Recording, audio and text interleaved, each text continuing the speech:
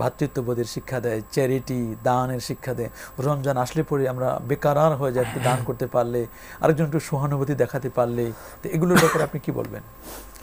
রমজান একটা গুরুত্বপূর্ণ যে শিক্ষাটা, ব্রাদারহুড, যে মানুষগুলি হয়তো সমাজে বিভিন্নভাবে বিভক্ত, 5 ওয়াক্ত সালাতের সাথে তারাবিতে একটা লং টাইম একত্রে দাঁড়িয়ে সালাত আদায় করে, এবং যেই মানুষের সাথে যেই মানুষের দূরত্ব স্বাভাবিকভাবে রমজানের চেষ্টা করে একসাথে ইফতার করার, এক বিছানায় খাওয়ার, এক বাসায় রান্না হলে আর এক বাসায় দেওয়ার, এটা কিন্তু একটা বিশ্ব ভ্রাতৃত্বের সৃষ্টি করে।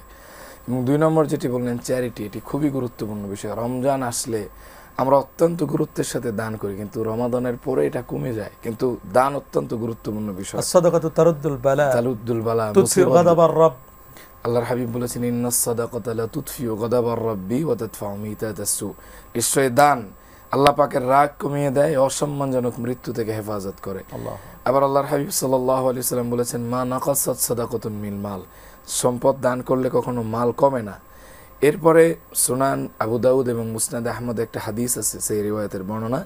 আল্লাহর হাবিব বলেন, কেউ যদি হালাল টাকার একটা খেজুর পরিমাণ সম্পদ দান করে আল্লাহর রাস্তায়, টাকাটা যদি হালাল হয়, আল্লাহ সেটাকে উত্তমভাবে গ্রহণ করেন।